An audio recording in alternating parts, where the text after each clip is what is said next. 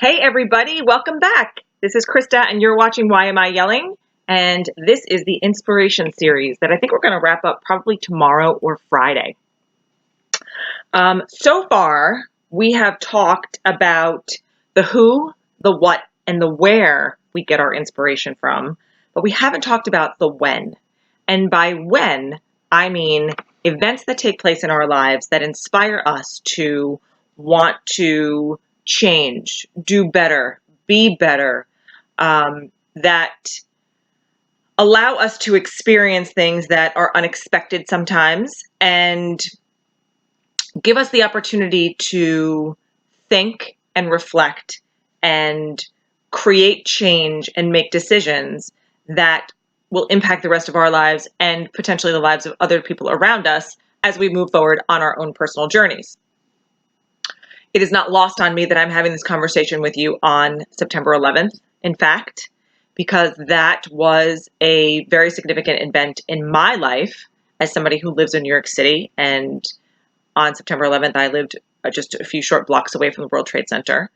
My story is not unlike a lot of stories from people that lived in New York City at the time. And it was a day that inspired me to reflect and change and be more present in my own life and practice gratitude and understand that life can be fleeting and in a moment things can change. And so events like that are so profound and so impactful in a way that is highly unexpected can really change the trajectory of your life. And it really was the catalyst for me several years later, 13 years later to be, in fact, to be truthful, for me to change my life's course professionally and want to be somebody who dedicated my life to helping others overcome their fear of change and want to do better for themselves and their families and their lives. Going through a life transition is not an easy thing, and it takes a lot of thought and contemplating and heart-centered introspection, if you will. There's a lot of things that go into creating change, especially if you are hesitant about change to begin with. So when you have an experience and you have an event in your life that could potentially change your life, a lot of times we get inspired by it. September 11th was one for me. I can think of several other days or experiences that changed my life for me to be inspired to want to do better and be better. When I became a mother, for instance, people tell you it's the greatest thing on the planet. You're not gonna know a love until you actually have your own children in your arms, and all the cliche things that we hear when we become parents, but they're 100% accurate. The first time I held either one of my children in my arms, I knew that I wanted to be a better person. I knew that I wanted to make the world a better place for them to grow up in. I knew that I wanted to be somebody that they could be proud of and create a legacy for them with our family that they could be proud of. And so that their existence on this planet inspires me, not just on the day that they were born, but as we've continued their life. My oldest one today is going to be playing this first soccer game for high school, and I could not possibly be more proud of him.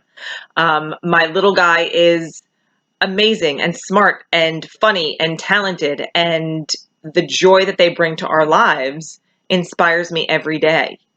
So that's another event, a when, right? That can change your life, that can change your trajectory. Another experience that pops into my head is a career change, right? You're experiencing something at work that is not sitting well with you, and you want to find the inspiration to change your path potentially, or move on, or do something else.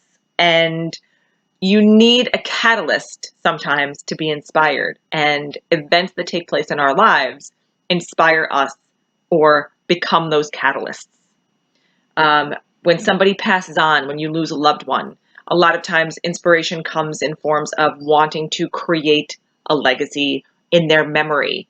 I have friends who have done really beautiful things when it comes to losing a loved one. I have a friend who started a charity in his dad's name for the American Cancer Society. I have another friend who also cancer-related, crazy, started an entire foundation around a child that they lost.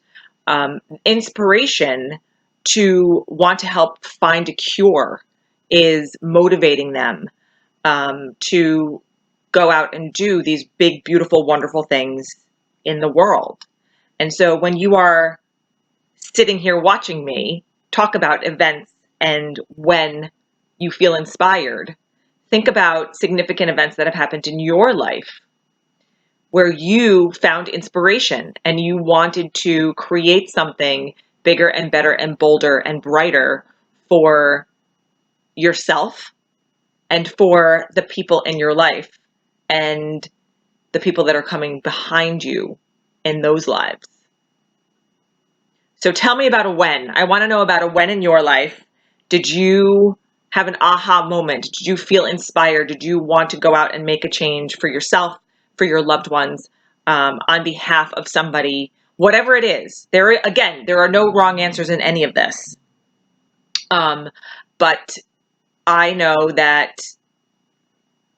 a lot of times that those kinds of events can really make a big impact on our lives and can really inspire us to go out and do amazing things, not for just ourselves, but for other people too. So I hope that today that you are practicing gratitude wherever you are, and you are feeling good about your when and your where and your why and your who and all of the things about your inspiration and wanting to be inspired and who you're going to inspire next. And know that you do inspire people every single day just by being who you are and by being kind and generous and caring and compassionate and loving and all of those things. And know that I appreciate you so much for watching these videos and commenting on them for the last several days on different platforms and social media. I really have gotten a lot of feedback from you guys, and it just warms my heart that you feel inspired to be on this journey with me and reply to and comment on some of my videos. So thank you so much for that. Tomorrow we are going to talk about how we get inspired by ourselves in our internal belief system, because that is something that is important to me, and I think it's probably important to you too. And sometimes we don't think about how that actually happens and how that connects and how it works. So join me back here tomorrow for another episode of Why Am I Yelling? And we will see you then. Have a great day, everybody.